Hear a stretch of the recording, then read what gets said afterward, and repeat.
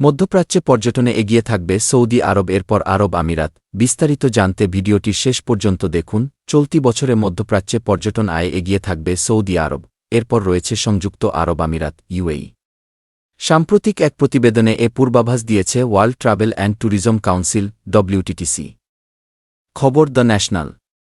ভ্রমণ ও পর্যটনের অর্থনৈতিক প্রভাব সম্পর্কিত এ প্রতিবেদন অনুসারে বৈশ্বিক ভ্রমণ শিল্পে সৌদি আরবের অবস্থান ষষ্ঠ। এ খাতে চলতি বছরে $6,060 কোটি ব্যয়ের পূর্বাভাস দেয়া হয়েছিল 2023 সালে। তবে সাম্প্রতিক পূর্বাভাস বলছে দেশটিতে খরচ $6,830 কোটি ছাড়িয়ে যাবে।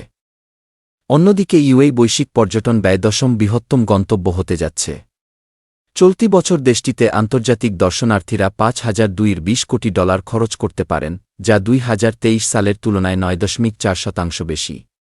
প্রতিবেদন অনুযায়ী চলতি বছর মধ্যপ্রাচ্যের বিস্তৃত অঞ্চলে আন্তর্জাতিক দর্শনার্থীদের ব্যয় 10.1% বাড়তে পারে, যা 2019 সালে প্রাক-কোভিড স্তরের 5.3% প্রবৃদ্ধি ছাড়িয়ে যাবে। 2024-34 সালের মধ্যে এ অঞ্চলের জিডিপিতে পর্যটন খাতের অবদান বছর প্রতি 3.9% বৃদ্ধির পূর্বাভাস দেয়া হয়েছে, যা বৃহত্তর আঞ্চলিক অর্থনীতির জন্য 2.4% বার্ষিক প্রবৃদ্ধির পূর্বাভাসের চেয়ে বেশি।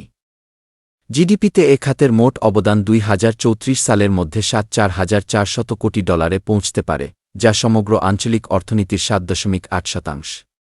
ডব্লিউটিটিসির প্রতিবেদন অনুসারে এ প্রবৃদ্ধির সঙ্গে 2.1 লাখ কর্মসংস্থান বৃদ্ধির পূর্বাভাস দেয়া হয়েছে এবং মোট কর্মসংস্থান 2034 সালে 1,04 লাখে পৌঁছবে, বা মধ্যপ্রাচ্যে প্রতি 9টি কাজের মধ্যে একটিতে পরিণত হবে বলে অনুমান করা হচ্ছে।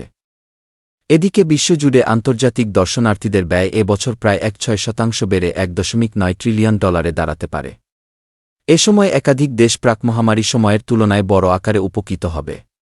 যেমন 2019 সালের তুলনায় সৌদি আরব 9.3 ও মিসরে আয় বাড়বে 2.9%। ডব্লিউটিটিসির প্রতিবেদন অনুসারে 2024 সালের বিশ্ব অর্থনীতিতে ভ্রমণ ও পর্যটন খাতের অবদান সর্বকালের সর্বোচ্চ $1.1 ট্রিলিয়ন পৌঁছবে।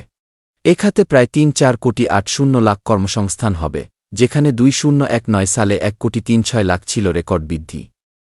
এ বিষয়ে ডব্লিউটিটিসি প্রধান নির্বাহী জুলিয়া সিম্পসন বলেন, তাহলে আমরা একটি রেকর্ড ব্রেকিং 2024 সাল আশা করতে পারি। তবে তিনি সামষ্টিক অর্থনৈতিক টানাপোড়েন ও ভূরাজনৈতিক হুমকির বিষয়ে সতর্ক বার্তাও দেন তিনি। জুলিয়া সিম্পসন বলেন, আন্তর্জাতিক পর্যটনে ভবিষ্যৎ খুব উজ্জ্বল। তার মানে এই নয় যে কোনো ঝুঁকি থাকবে না, সেটা ভূরাজনৈতিক অস্থিতিশীলতা বা একগুঁয়ে মূল্যস্ফীতি হোক না কেন।